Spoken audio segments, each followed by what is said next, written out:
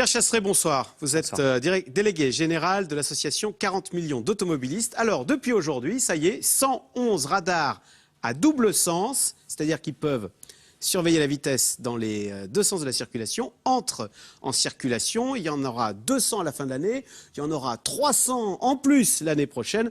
Ça va calmer un petit peu les fous du volant, là, ces radars double sens. Oui, pas fondamentalement. Vous savez, je ne pense pas clairement que c'est 111 radars de plus qui vont changer l'accidentalité routière aujourd'hui.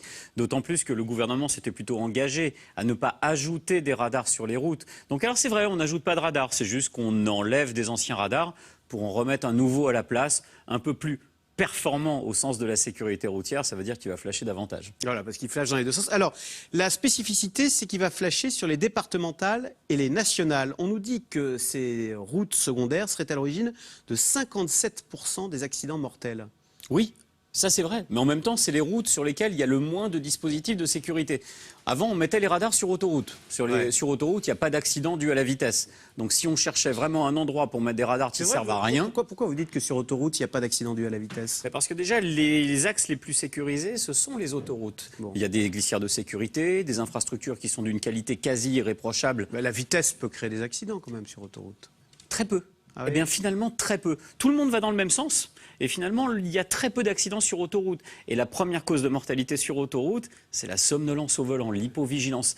Très loin, la vitesse arrive très loin derrière. Alors, bizarrement. Si on prend ces routes secondaires, les nationales et départementales, c'est vrai qu'au milieu, parfois, il n'y a pas de délimitation, il n'y a pas de ligne blanche. Du coup, il y a des chocs frontaux. Et on comprend bien, là, deux voitures qui se percutent à 90 km/h, bah, ce sont les lois de la physique, c'est deux fois plus dangereux, ça fait 180. Et donc, il y a Chantal Perrichon, la directrice de la Ligue contre la violence routière, qui dit qu'il faudrait ramener la vitesse de 90 à 80 km/h. Oui, mais enfin, d'après ce que vous me dites, on pourrait aussi mettre une ligne blanche, non? Je ne sais pas ce que vous en pensez. Enfin, cela dit, peut-être qu'il va falloir aussi monter le dispositif de sécurité. Vous savez, il y a des petites routes départementales où la limitation de vitesse est 90. Ça ne veut pas dire que vous êtes obligé de rouler à 90, hein. C'est la vitesse maximale autorisée. Mais il y a des petites routes de campagne où, objectivement, mais 80, ça serait n'importe quoi aussi. Il y a des routes où il faudrait peut-être 70, puis inversement. Il y a peut-être des routes où, en ce moment, la limitation de vitesse pourrait être relevée. Bref, ce qu'il faudrait, c'est un audit des limitations de vitesse sur toutes les routes de France. Parce que là, faire croire aux Français qu'en baissant de 10 km/h, d'un coup de baguette magique, on va avoir moins de morts sur les routes, franchement... ça marche pas. Vous dites ces nationales et ces départementales, elles sont trop diverses pour qu'on leur applique les mêmes limitations de façon nationale, c'est ça? Pire que ça, une règle unanime, généralisée, les Français y sont hostiles. Quand vous avez 90% des Français qui sont hostiles à une mesure, il n'y a pas 90% des Français qui sont des abrutis. Donc ça veut tout simplement dire... Ils sont hostiles au fait qu'on passe de 90 à 80. Bien sûr. Donc il faut écouter un petit peu l'opinion. On n'est pas en dictature en France. Si les Français ont dit non, eh bien, les Français ont dit non. D'ailleurs, je crois que Bernard Cazeneuve, le ministre de l'Intérieur, a été très clair là-dessus. Je ne comprends même pas qu'on revienne encore systématiquement sur ce sujet. Quand Bernard Cazeneuve a été très clair, il a dit qu'il n'y aura pas de baisse généralisée de la limitation de vitesse. Donc ça ne sert à rien que cette dame s'égosille et s'époumonne dans les médias. À mon avis, elle perd son temps parce que la baisse généralisée, il n'y en aura pas. D'accord. Donc on va rester à 90. En revanche, c'est bien que les gens respectent le 90. Et donc c'est bien qu'il y ait des radars pour sanctionner les gens qui dépassent ce 90. Vous y êtes favorable? Alors, sans doute, je vais juste vous dire une chose. Vous savez, quelqu'un qui roule à 140 sur cette route, vous pouvez mettre 80 km/h, hein, il roulera toujours à 140. Ensuite, pour ce qui est... Oui, mais au moins, il sera flashé, il aura des ennuis. Alors, pour ce qui est des radars automatiques, vous connaissez la différence profonde entre l'Angleterre et la France? Ça s'appelle la tolérance. En France, quand on pose un radar, il y a une marge d'erreur technique imposée par les fabricants du matériel. Elle correspond à 5% de la vitesse. Point. Il n'y a pas de tolérance. Il faut arrêter de dire qu'il y a une tolérance, ce n'est pas vrai, c'est une marge d'erreur technique sur les radars. En Angleterre, là où le système radar est accepté, il y a une marge de tolérance d'en gros 10 à 15% de la vitesse. C'est-à-dire quasiment 2 à 3 fois la marge qu'il y a en France. Résultat des courses, on n'a pas flashé 80% des automobilistes en Angleterre. Donc les gens qui se font flasher en Angleterre sont des gens qui ont franchement dépassé la limite. Exactement. Alors qu'en France, on peut avoir l'impression d'une étourderie.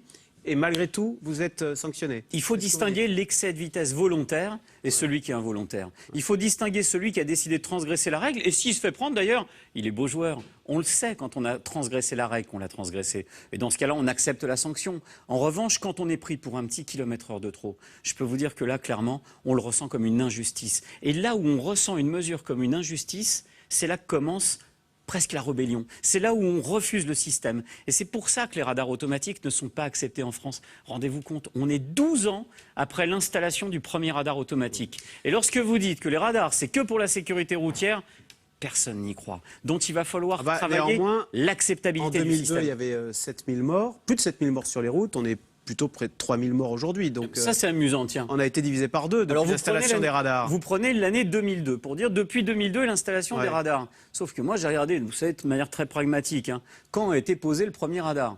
Le 31 octobre 2003. Donc je ne vois pas comment on pourrait donner au radar les résultats de sécurité routière qu'il y a eu entre 2002 et 2003. Il n'y avait pas de radar sur les routes. Donc au bout d'un moment, soyons objectifs, il vaut mieux regarder le chiffre de 2003. C'est celui-là qu'on doit comparer pour voir l'effet radar. La plus grosse baisse de l'accidentalité, elle a lieu entre 2002 et 2003. Il n'y a pas de radar. Il n'y a pas de radar. D'accord. Comment voulez-vous qu'on donne aux radars une vertu qu'ils n'ont pas eue? Et puis je rappelle, ils ont quand même accompagné la baisse de la mortalité sur les routes. Mais sans doute qu'il fallait une communication sur la vitesse. Mais peut-être que ce n'était pas la seule. Vous connaissez le Danemark? Le Danemark, c'est un pays qui est extraordinaire. Il figure parmi les meilleurs pays de sécurité routière et il n'y a pas de radar. Peut-être que les gens sont plus respectueux aussi des limites. Ça, c'est rigolo. Non, figurez-vous que c'est la vertu la réputation qu'ont les Nordiques. C'est ce que je me disais, moi aussi. Et puis on est parti en voyage d'études avec l'association au Danemark et on a vu quelque chose d'assez étonnant. Vous savez, en France, sur les routes limitées à 90 km/h, les Français roulent à 78 de moyenne. C'est-à-dire que les Français, finalement, ils respectent plutôt la règle. Au Danemark, sur des routes limitées à 80 km/h, les Danois roulent à 85 km/h. Donc non, un Danois, c'est pas quelqu'un qui respecte la règle. En tout cas, les Français la respectent plus. Voilà, pense sur le cliché. Alors, il y a une nouvelle polémique qui a été révélée hier par le journal du dimanche. On s'aperçoit que le suivi des radars, enfin le traitement informatique des radars subit des dysfonctionnements, puisque dans près d'une fois sur deux, les retraits de points qui devraient suivre, les retraits de points ne sont pas réalisés, ne sont pas faits. On va écouter les explications d'Emmanuel Barbe, c'est le délégué interministériel à la sécurité routière, qui explique pourquoi les retraits de points ne sont pas automatiques. C'est des questions complexes, à la fois d'un point de vue juridique, pour l'interconnexion des fichiers, et aussi technique, parce que c'est des logiciels, des systèmes informatiques qui parfois sont un peu anciens, qui étaient parfois gérés par différents ministères. Pour moi, c'est une tirelire, c'est une tirelire. Ça évite de conduire trop vite, c'est parfait, ça ne me gêne pas. Bon, Pierre Chasseret, si les points ne sont pas automatiquement retirés parce que le système bidou fonctionne pas très bien, vous n'allez pas vous plaindre, non ? Oui et non. Je pense que dans tout système, on peut se battre après contre le système pour essayer d'obtenir une marge de tolérance. C'est notre combat. Bon. En revanche, sur le fait qu'on doit tous être égaux devant la règle, je pense que là-dessus, il n'y a pas de doute. Quand j'entends les propos du délégué interministériel et qu'il essaye de remettre le système dans une règle générale, on ne peut pas être hostile à ça. Je crois qu'il y a des règles, on peut se battre avec nos armes, avec de la communication. J'essaye avec mon association 40 millions d'automobilistes de faire entendre à la fois au ministère de l'Intérieur, à la fois à Emmanuel Barbe, délégué interministériel à la sécurité routière, la nécessité de faire accepter le système. Et pour ça, je pense qu'il va falloir un système où on ne peut pas tout le temps taper sur l'automobiliste. Il va falloir donner quelque chose. Juste oui, non. On sait qu'il n'y a pas de retrait de points parce que bien souvent, les automobilistes ont des voitures d'entreprise et que les patrons, les entreprises ne sont pas obligés de dénoncer les salariés qui roulaient dans l'entreprise et qui ont commis une infraction. Est-ce que vous trouvez qu'il faudrait être plus sévère et que les entreprises donnent les noms des chauffards? Bon, vous savez qu'il va y avoir un comité interministériel de sécurité routière, sécurité routière le 2 octobre. À mon avis, ça va faire partie des mesures. Je pense que cette nécessité d'égalité, elle arrive, elle est entendue. On ne peut pas laisser des gens dans l'impunité totale, c'est pas possible. Il faut que la règle soit la même pour tout le monde. Ça, là-dessus, on est d'accord. Merci beaucoup, Pierre Chasseret, donc délégué général de l'association 40 millions d'automobilistes. Merci. Restez avec nous tout de suite. Yves Calvi, c'est dans l'air. Marine Le Pen dénonce des migrants devenus exigeants et arrogants face à la montée du Front National. Un ministre du gouvernement aurait proposé de fusionner les listes PS et Républicains au second tour des régionales. C'est dans l'air est intitulé ce soir « Régional, détournement d'élection ».